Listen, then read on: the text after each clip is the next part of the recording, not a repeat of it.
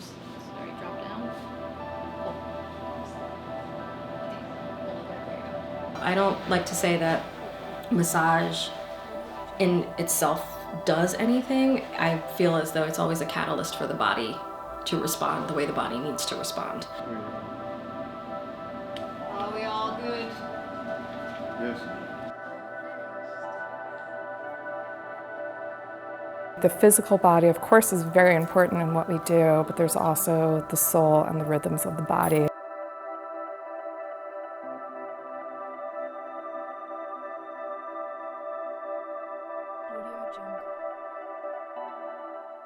In the 90s, I started doing some self-realization courses, and I was around all these holistic practitioners and people finding themselves, and I started down this path like, oh, this is where I belong, and this is what I feel I need to be doing. It was in my second year that I realized that college just wasn't really for me. I enjoyed my studies, however, and I became really involved in Eastern philosophy, the concepts of human energy, qi, all of that. And it was actually through that that I began to become interested in massage therapy. What really made us decide to start the school was the school that Donna and I had both attended closed down, and there was just no other school in the area. And it was a real shame for professionals, both professionals like myself and Donna, but also just for people that wanted to learn about massage therapy.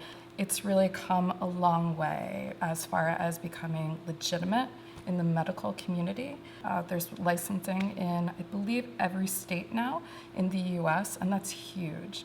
So now we're starting to see massage therapy more in hospitals, working alongside physical therapists. I think that that was a tremendous step, licensing, in legitimizing our field. Currently in the day program, we have 11 students, and they range from age 20 to 71, which is awesome. We have a few youngins and we have a few older folk, which is amazing. When I initially went to school, I wanted to be a psychologist. I thought I wanted to work with marriage, like marriage and family therapy. I went to grad school right out of undergrad, which was for theater. And then I went to grad school for acting in New York at Brooklyn College.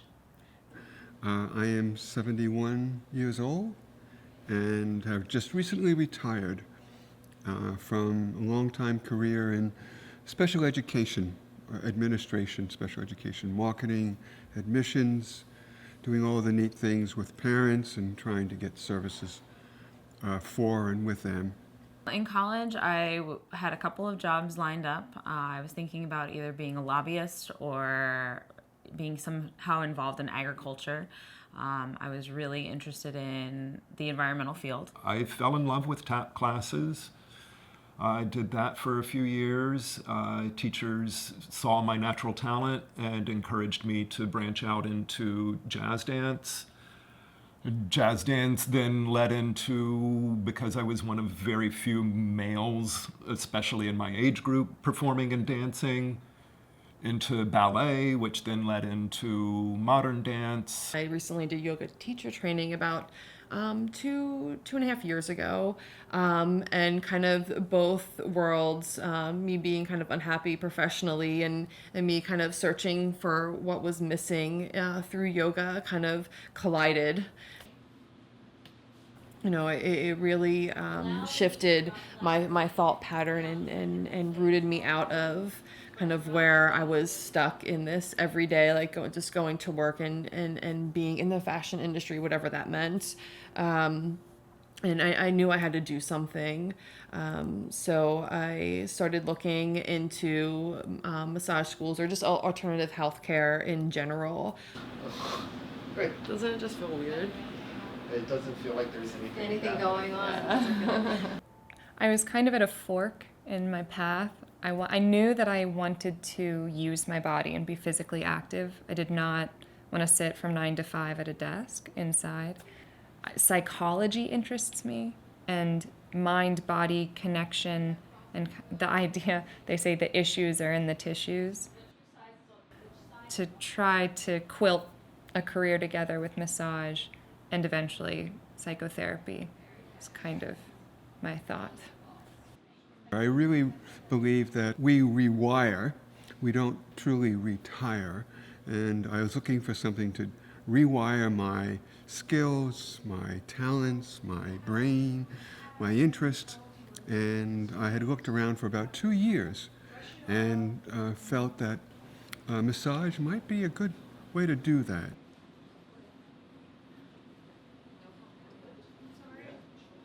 I just was really interested in how like body mechanics and how your muscles work, and the relief that you feel when like tension or adhesions are broken down. However, when I mentioned it to my family, they were not so supportive. It was get your education first and then we'll decide after that. So I got my education, floundered about, and then decided to recommit to massage therapy. My mother had a bunionectomy, so as part of her rehabilitation, she needed to go to physical therapy. And I would massage her feet, you know, as part of her recuperation. And one day she just said, "Why don't you go to massage therapy school?" And I said, "You know what? I've looked into it before, but let me look into it again." So I did. To stay within your body, your level. I'd been in pain my entire life leading up into that point, ever since middle school, really. And so living with chronic pain as a young person has a pretty profound effect, I think, on how you view the body and how you view yourself. And so as I got to know my body a lot more through that acting training and through performing, I started to hone in on these things that really fascinated me and really interested me. And I also saw an opportunity to help myself, realizing that I had the power to change the state of my body. And I wanted to go into a field where I could empower other people that same way. Again, kind of pressing that femur across the midline of the body. This summer, went to a spiritual retreat in Teotihuacan, Mexico, to the pyramids there. There is, as crazy as this sounds, there is a large stone there that once you've gone through these meditations, I'll call them, that we were doing, if you're open and receptive, you can dialogue with this boulder. And basically, I went to her. It is a very, very much a female spirit within it, asking, okay, what is it that I should be doing? And a clear voice within me, but not of me, said, work with your hands. Heal yourself so you can heal others. Here I am in massage school, learning to do exactly that.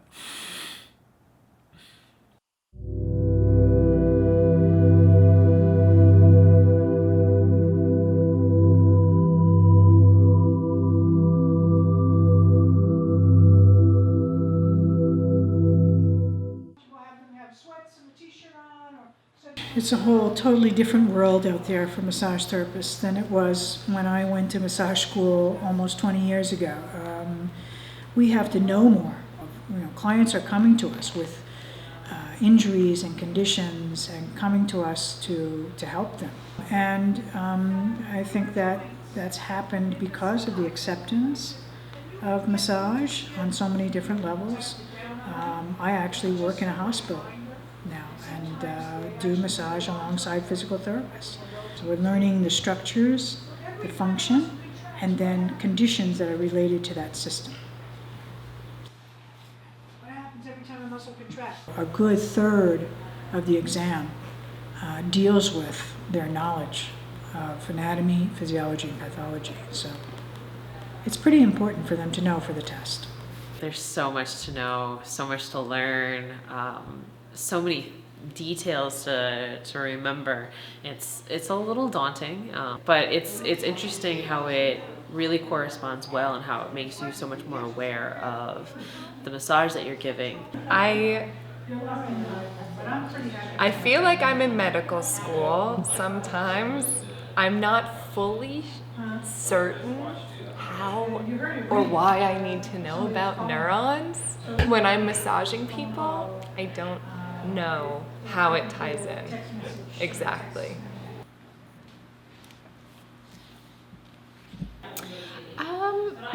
I love it. I really like it. I kind of crave it. So I'm the person in the room that's just like, yeah, more. What else? What else? Tell me every little detail about that neuron, So I love this part. I feel like that old Gary Larson cartoon of the kid raising his hand in the classroom saying, "Excuse me, my brain is full." It is a lot of information, and it's not really a surprise to me, but kind of like the part that I didn't really think about coming into this. But we got a good group that we all sort of help each other, which is what this is all about anyway. So it is a lot of information, and I'm finding or refinding how I learn that information and retain that information, where I haven't done it in 18 years. So but I love it. So like I feel like I'm a sponge in the class. Knowledge is great and it's essential, and it's just not the touch, but it's also the knowledge that you have, and how you see that in the clients that come to you. Wonderful. You're going to brace the client's opposite hip with your superior hand and push the leg. Massage therapy is based on Swedish massage as a system, as a whole. And I teach the fundamentals of Swedish massage, which is basically like your most basic building blocks, foundational massage therapy. I do a lot of energy work and stuff like that. So far I've done aromatherapy, I'm doing hot stone today, I'm doing chakras, ethics. It might be easier just if you come okay. Okay. There. All right, drop down. Pull. Okay, hold a little. There you go. Okay. How we doing? Good. Oh, we good. We That good? All right. little change made a big difference. I'll just check in with you repeatedly. So this pressure is okay. Yeah. Do you want deeper, or this is basically as far? Yeah, I don't know if I you think can that's go kind deeper. of- Or you yeah. could like go out.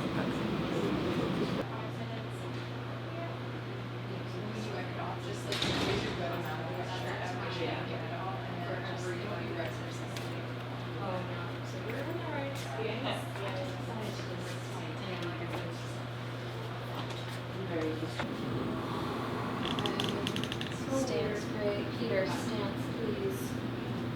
Remember, guys, watch your stances. You do not want to get out of proper alignment while you're stretching people. That is an injury waiting to happen.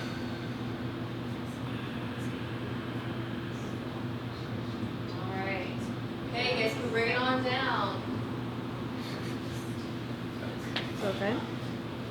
Starting to bend a little bit. Yeah. Yeah, just so you can see like around how much water. Hot stone massage is, I think it doesn't get the full credit that it's due, because people are like, oh, it's just so relaxing, and spas have like tagged it as this like super indulgent thing, because it is. It's so relaxing and it's so grounding and peaceful, but there's a reason behind that. Stones themselves, they come from the earth. The earth is grounding. It's a beautiful, beautiful therapy, and it's got so many great benefits. There's something going on physiologically that your body is responding to with the stones and with the heat. So when you apply that kind of heat and that kind of pressure with a stone along the muscles are just first of all, your whole energetic being, all of your physiology is able to just kind of settle in. And you get to feel the massage more deeply, It kind of takes you to like another kind of place. And heat, it's just, heat is great. Yeah. Now what if I have little hands? Then you can use littler rocks. You just bend it down. It's wherever approximately your thumbs hit. So this is this mid. This is shiatsu. This is different from massage because it's actual energy work. So how a Swedish massage therapist might incorporate shiatsu techniques into their session is they might hold certain pressure points to relieve certain symptoms. So for example, if the client presented them with a headache, if they're having a frontal headache, they could press upon large intestine 4, which is located right here, which should help alleviate the headache. It shares the big toe with liver. So liver, its start point was on the lateral. The physical body, of course, is very important in what we do, but there's also the soul and the rhythms of the body. So, you know, you have Swedish massage, which is really maintaining the physical systems of the body. But what shiatsu is doing is it's energetically creating balance by either dispersing excess energy or tonifying, gathering energy to places where energy might be weakened. So you're creating this energetic homeostasis, and they get to incorporate these techniques in with what they've already learned for Swedish massage. So what they're doing now is actually making it, instead of just practicing applications of strokes, they're creating an art with it, or their own personal dance with it.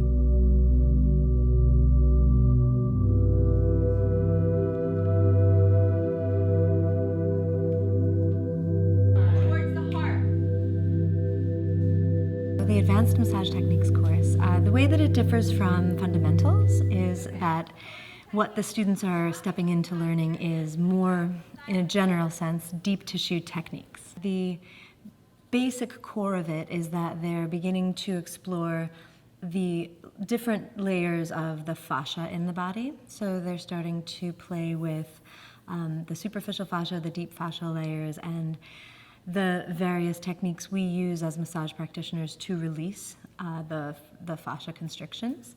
So what's interesting for students as they move into this from fundamentals is a lot of fundamentals is learning their body's connection to the work, and there's a lot of movement. That we always talk about massage as a dance.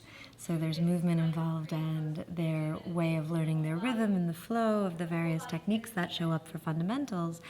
Whereas with the more deep tissue techniques, it's sort of a screeching of the brakes, if you will. They have this time where they have to begin to slow down and really sink deeply into tissue, wait for the tissue to release and to open, you know. And so it's a relearning in a way of garnering patience, right? And really, really listening carefully with, you know, with the hands. And it's beautiful to see them react to that opening in terms of the first discovery of, whoa, it can feel like this, and wow, I was waiting for this. This is what I thought about when I think about massage. I was thinking that this is what it would feel like. It was a lot of the reactions we got. So this tendon needs a lot of love. Good, thank you. Sports massage is a very specific realm in that you're treating a very particular population, and it isn't a learning of necessarily a new technique, but it's how to direct the techniques that you know to address specific issues, be it a certain pathology of the body, so maybe it's a tendinitis or muscle strain or sprain or muscle cramping or things like that, but also how to work with the techniques in response to certain times of life. So, for example, with sports massage, one of those times is an event. So if you have a marathon, for example, pre-event massage, there are certain techniques that are applied in specific ways. There are lots of boundaries and rules and regulations about how long they should be to stimulate muscle, to bring the blood to the muscle so that they have the optimal performance for a sporting event. And then post-event, how you would use those same techniques but in a new way or a different configuration to help move metabolic waste through the tissue to clear the muscles of that waste so it doesn't create disrepair there. And much of what is used are the techniques they've learned all along, so then having them sort of see it applied in a very specific way to a very specific thing is really fascinating and really exciting. And also, just because of the nature of, pre-event marathon massage and all the energy there, it's a very fun class for them to be a part of. Stop! Get out there. What would you encourage your client to do right now? Go. Go. Go run.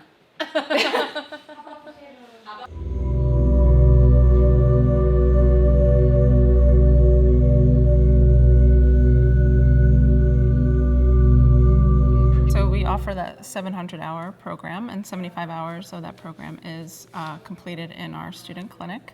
So as soon as the students are done, they're about 3.5 months into their program, they've learned how to do a full body, they've learned ethics, they've learned prenatal massage, they're ready to start their student clinic.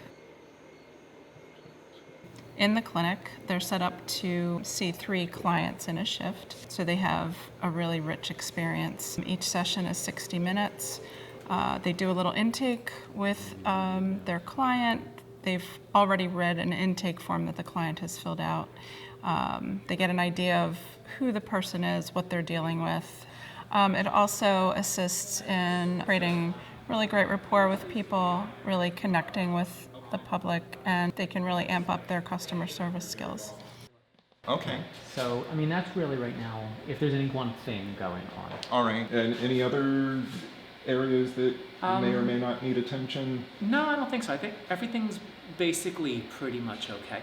All Besides right. that one spot. Okay. They also market themselves as well. This is a really great opportunity for them to hone marketing skills as well, to learn how to fill their own client book. There have been moments when I'm in the clinic giving a massage and I feel very connected and it feels very sacred. I mean, this human being you don't know is coming off the street and unburdened themselves on this table. Like, it can be a very cool exchange with another human being when I'm really, really present to them and really listening with my hands. I had a young woman a year younger than me who came in with cancer, and that was a radically different massage to give because she can handle like no pressure because she's going through radiation. And to work for an hour with someone who's essentially confronting their mortality and fighting for their life, who is my age, I felt so in my heart, and it felt, not that I'm not in my heart working with other people, but it's just different. The intention, the whole massage was to not push too much and to let her just feel held and to keep bringing that intention back, because I've definitely learned in the program our bodies speak to each other, and it's a language that our minds don't understand, but the body knows. If I touch you and when someone hugs you and they're like, oh, hey, good to see you, and they're just not, they're thinking about something else, versus when someone hugs you and is actually really there. So to give someone a massage where I'm not in any way thinking about dinner, but actually just continually thinking, I've got you, you're safe, you can relax, like this is your space, for an hour, I felt really in the room with her in a different way.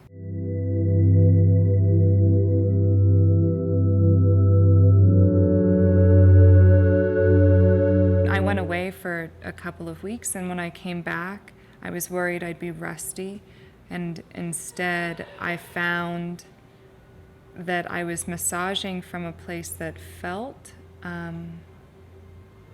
much deeper. Like right now, it's perfect. It felt deeper because some aspect of my imagination was coming into it. So I'd be working on a person, and the little knots, the little bound up fascia, the tight things that people feel on themselves, I could feel, and I knew that it was really deep in the muscle, and I had this image that my hands were these little glowing searchlights, and the knots were these crunchy little rocks or gemstones, and I felt like I was playing a video game. And I'm having all this fun because my imagination's on full blast, and it led to a more successful session. Session after session after session, people seem to be going, wow, I have so much more mobility, or I feel so relaxed, and it was a clear turning point for me.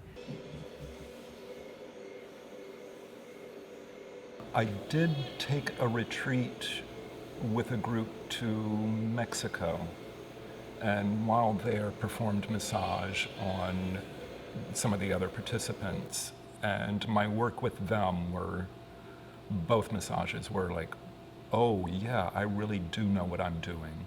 You know, it was me out on my own, no one to fall back on except for myself, and that for me was like my aha.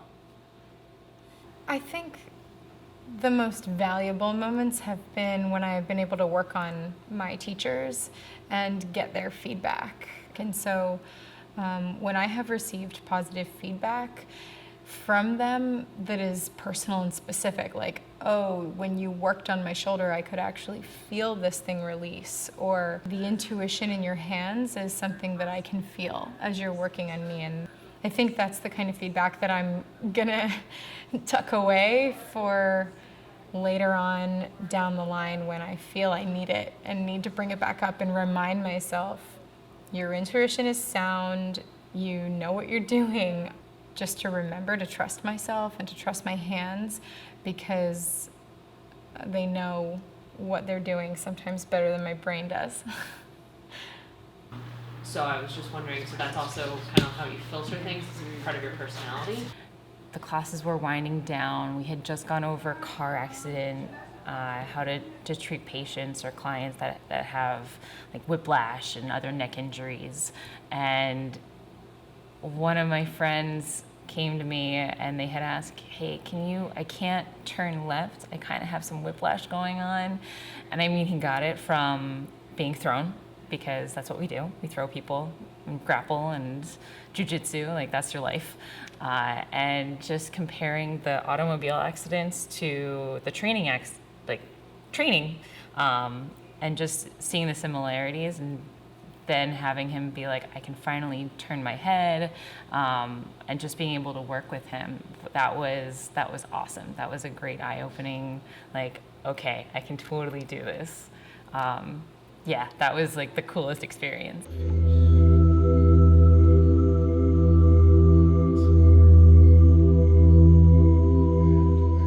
I would like to do more training in craniosacral therapy. I really was taken by that when we had that as a comp modality in class. And also some somatic breath work. I need to stick with the training that I've received from Philly School of Massage first, which is mainly based in Swedish. So I want to hone that Swedish massage skill set, the basic massage skill set, a little bit more before I immediately specialize. I have a habit of immediately specializing. So I'm actually trying to resist that a little bit and trying to sort of meet myself where I am and then let that lead what I end up focusing on. I think right now I'm interested in oncology massage and medical massage, so I know that there are trainings for that I'd want to look into. And also I have done Reiki trainings, but to do the next level of energy work, to see how I can bring both of those things together, that appeals to me off the bat. Probably more sports classes, more myofascial, maybe Rolfing at some point in time, maybe, I don't know for sure. But definitely I want to adhere more to sports and injuries and that. And that's just because I'm so involved with it already.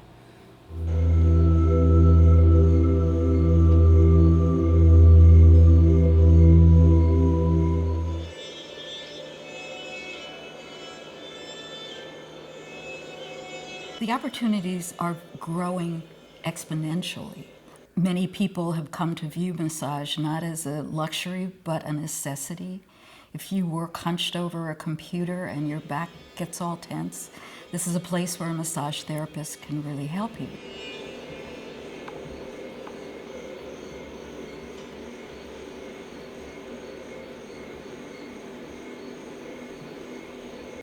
Philadelphia is an extraordinary market because it didn't have a massage school for several years. Therefore, not many massage therapists were graduated. And there's a labor shortage right now in the discipline in Philadelphia. So there are just opportunities in terms of numbers. I don't have work lined up yet.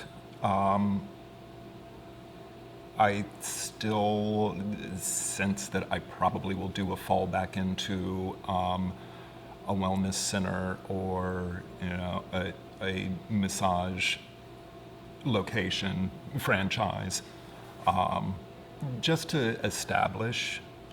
But I'm really looking to go into private practice and use what I've learned here as far as massage techniques as a baseline to go and explore further, more energy-related work. I know that I'm going to open my own practice. I have a home studio set up that I'm probably going to start working out of right out of school. I think in terms of building that practice, it's really important to me that this work is accessible to people. Right now I'm doing just kind of a freelance practice, so getting clients mostly through my yoga students, my yoga studio, and servicing them. So as far as long term, I'm not sure yet, but it is to stay in the wellness community, if you want to call it that. Work with yoga and body work in some capacity. I see myself working with people who have chronic illnesses such as migraine headaches, or people who have digestive issues because of Parkinson's disease or MS. I see myself really working within the medical community, and that's been affirming because as you read more and more and you talk to more and more people, there's a welcoming of this skill into that medical community. So I'm a Tantra worker and I'm a Reiki worker. And in terms of adding the body work to it, it was a plan of somehow making the esoteric with the physical kind of like work together, because Reiki, Tantra, all that massage, it's all nebulous, it's all out there. But physical, the body is a physical thing. And if something is wrong in the body and you can change it, you can see what that is.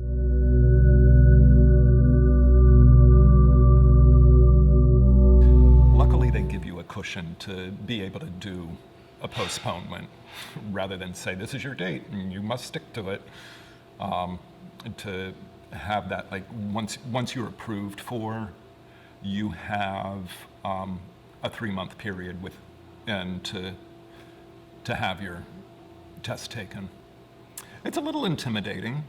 I am working with a practice test application, a couple of different ones. One of them I do really well on one day and then really lousy, and kind of the flip side on the other one.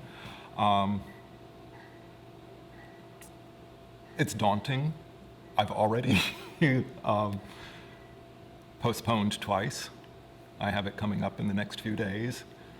I studied my face off for this exam and met with classmates to study, and so I felt as ready as I possibly could be. But yeah, other people have said this as well, but I walked out of there thinking, oh my God, I don't know if I passed this thing. Like, what am I gonna do if I didn't pass this? Of course, take it again. But at the time, it felt really intense. And then when I finally got that little piece of paper waiting for me that said I passed, I was just like, thank God. I think, to me, taking the test, it seemed like it was put together by someone who's more than a massage therapist, maybe who is a doctor or a physical therapist. The whole time I thought I was failing, and I was getting very frustrated and angry because most of the questions I felt, like I said, were not relevant to what I thought a massage therapist should be. But I passed.